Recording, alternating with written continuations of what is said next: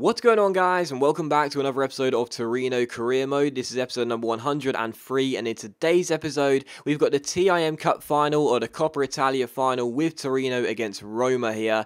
Roma got to the final by beating our rivals Juventus by 3-2 over 2 legs. We brushed aside Milan in our semi-final tie over 2 legs by 3-0 to set up this Roma versus Torino final in the Coppa Italia. And of course we are going for another trophy, but it's not the warm-up for the Champions League final. It certainly isn't. We've got that to come in the next episode. That'll be the final episode of the series. This one is the penultimate one, but it's not a warm-up. We still really want to win this because we were crowned Serie A champions in the last episode, and of course we are going for back-to-back sweeps for the first time in any of my series on YouTube. Never done it before. We can get back-to-back sweeps if we win these 2 games or win these 2 trophies, and that'll be a first on YouTube for me. But anyway, we are taking on Roma in the TIM Cup final, and really optimistic coming into this game. You know, winning the Serie A title gave us a big boost, and of course we were the Coppa Italia final finalists. We were the Coppa Italia winners last year.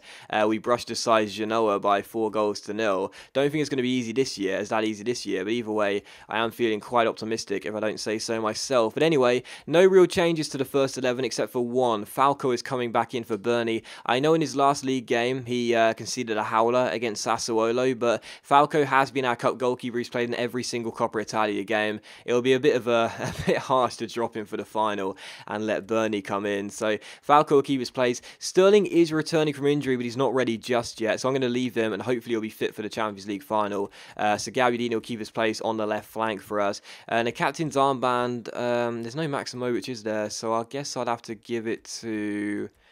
Who should I give it to? Gabbiadini probably, because he was the first person to come in, but then again, he hasn't been as important in this series as Çalhanoğlu has. It'll probably be between one of these 3 players.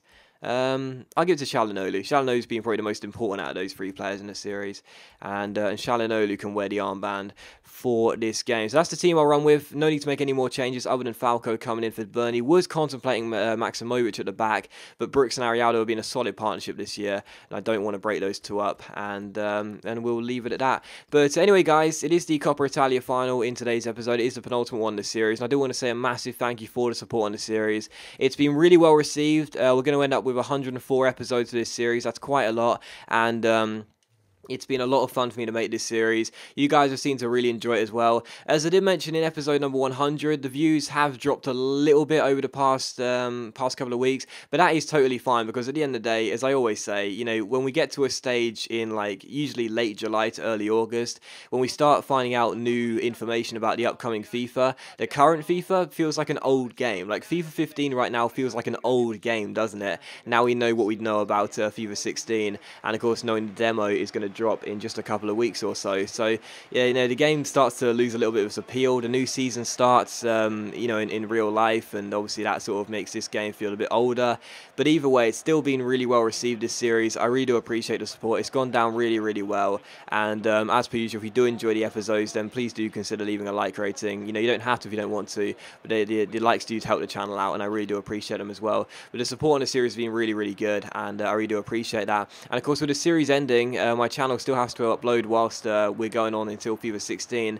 If you haven't already seen, I've started a new series. It's called One Season Challenge. I highly recommend you guys go check it out. Right now, there's probably been about 3 or 4 episodes uploaded on YouTube right now, and it's basically a career mode of sorts. It's a 1-season career mode, but I'm managing 2 teams. I'm managing Hull City and I'm managing QPR side by side, and we're going to see what team I manage better come the end of the season and end of the series, and you guys will get to vote on what team you think I manage better, and the team you choose will go into a straw poll of about 5 or 6 teams, which will be decided by you guys for what team I'll manage in FIFA 16 career mode. So definitely go check out that series for that reason alone. One of those teams I could potentially manage in FIFA 16, up to you guys obviously, clearly, but either way, go check out the series if you're not watching it already.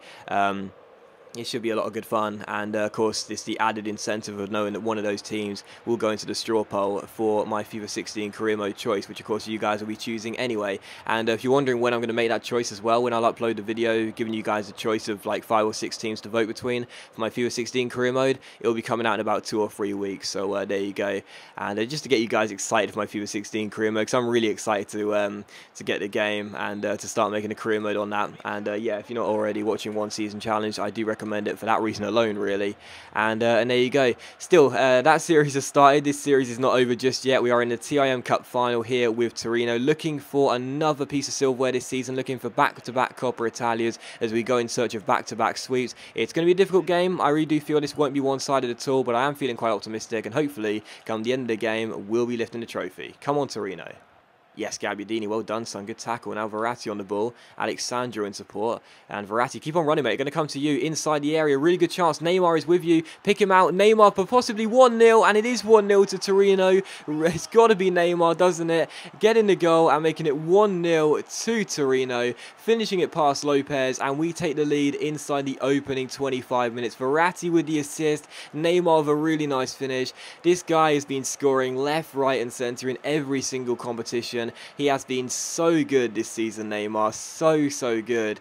And you know, I do believe this is his first Coppa Italia start. I can't remember starting him in any other game, and he already has a goal inside the opening 25 minutes. What a signing he has been for £38 million. Neymar opens the scoring, really cool finish, and it is Torino 1, Roma 0.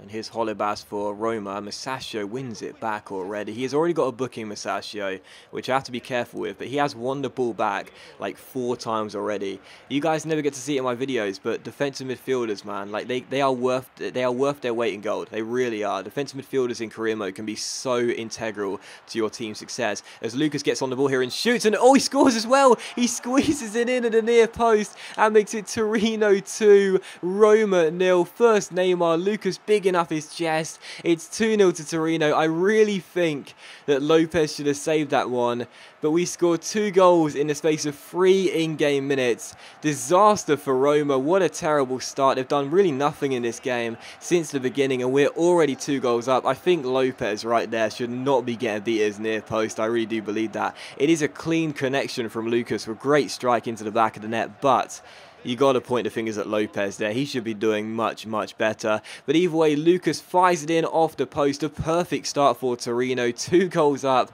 inside the first half. And it's 2-0 to Torino. First Neymar, then Lucas. What a great start to this game. Unbelievable start, really.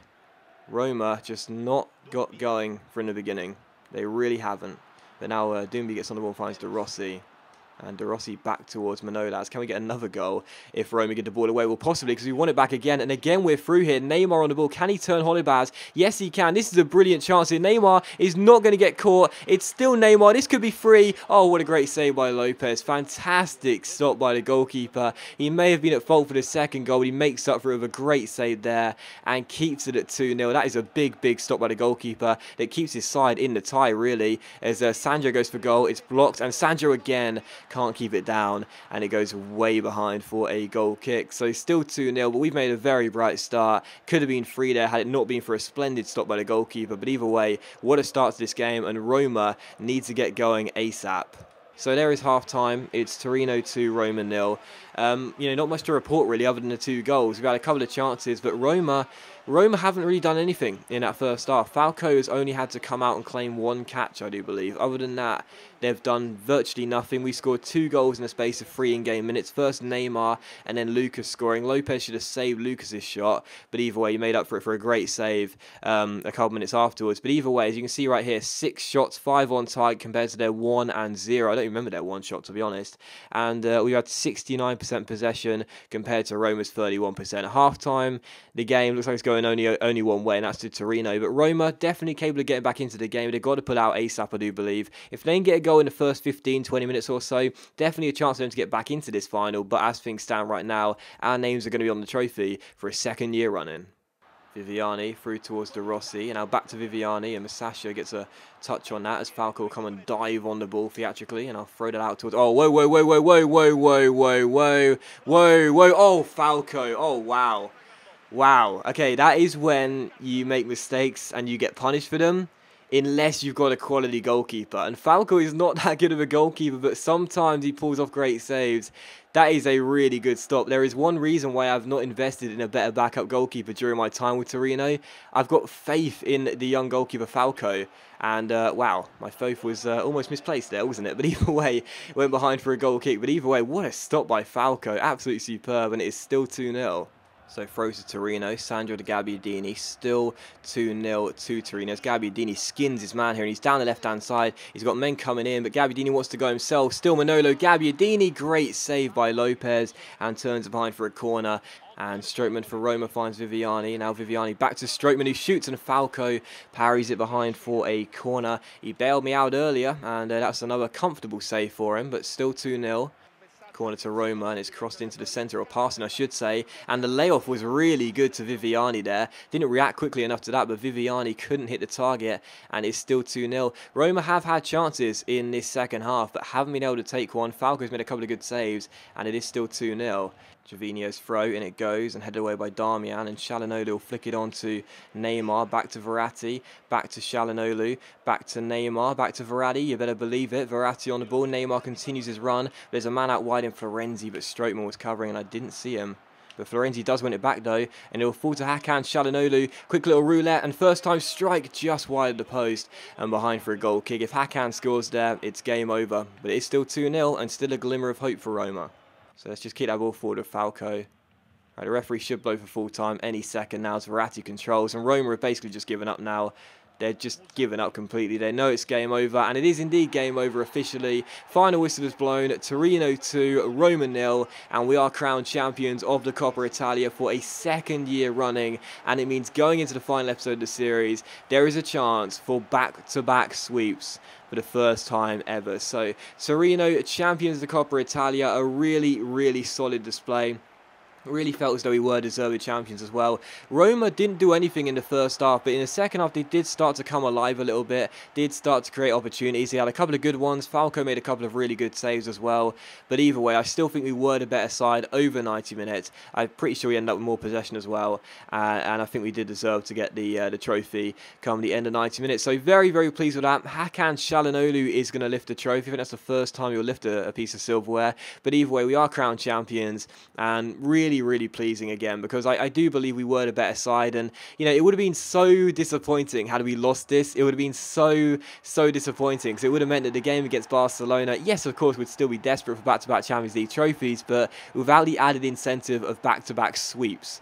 That's what sort of makes this series, you know, really dramatic in my opinion. So I'm really pleased we managed to get the job done. We held our nerve, and it wasn't as easy as last year's Coppa Italia final. We brushed aside Genoa by 4-0 in that one. This was a lot more trickier, a lot tougher. Roma made it very hard work in the second half. They started putting us under quite a bit of pressure, but we managed to deal with it. Falco made a couple of great saves, and in the end I think we did deserve to be crowned champions. So final score, Torino 2, Roma 0. Another trophy notched up with Torino. I think it's safe to say that Italian football now belongs to Torino. We are the far better side than any other in the league. Even Juventus, with the season they had in the league, we were still able to do more than they were, and I think that sort of sums it all up really. Even when they're having incredible seasons, we're still able to do one step better. But as you can see by the stats here, we did have far more possession, we had 4 more shots and 6 more on target as well, and of course the crucial stat was the 2 goals compared to their 0.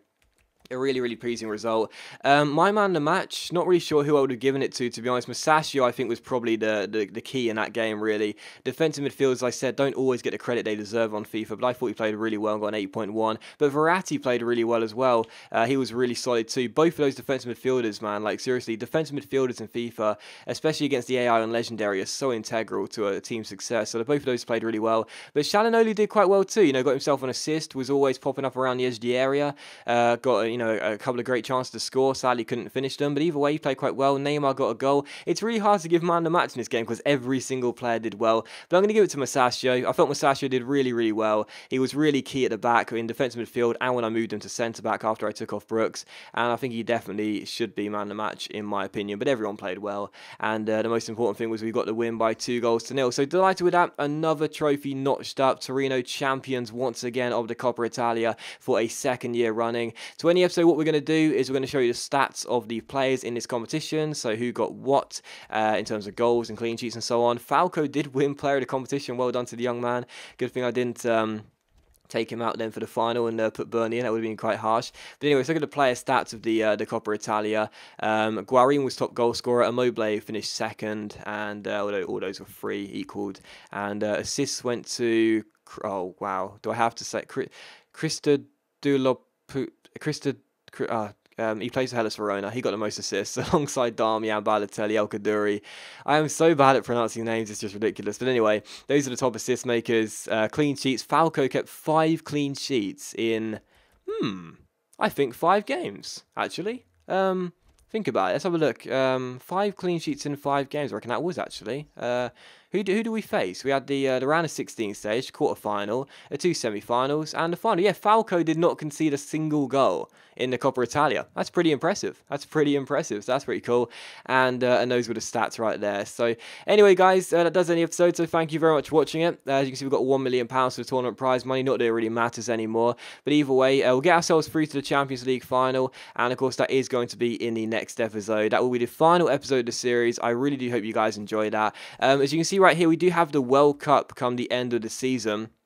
That is something which is occurring in the game, but as you guys know, I would have mentioned it before, I'm not going to play the World Cup just because it's not really sort of meaningful to the series, if you know what I mean. The country aspect doesn't really have any sort of meaning to this series, so I don't really feel the need to play in the wow, Verdi got to an 80 after leaving us. I don't really feel the need to play the the World Cup games, as the country didn't really do much in this series as opposed to the club.